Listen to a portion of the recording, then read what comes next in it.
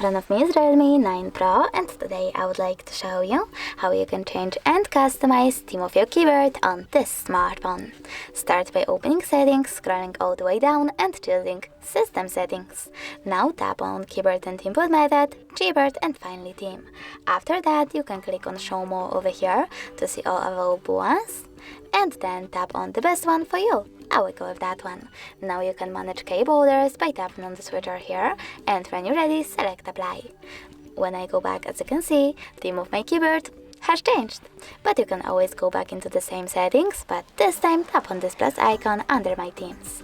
Then select the photo that you wish to apply, pinch it to scale and drag it to move. When you're ready, select next and adjust brightness by swiping left or right. Finally tap on done, manage keyboarders by tapping on the switcher over here and select apply.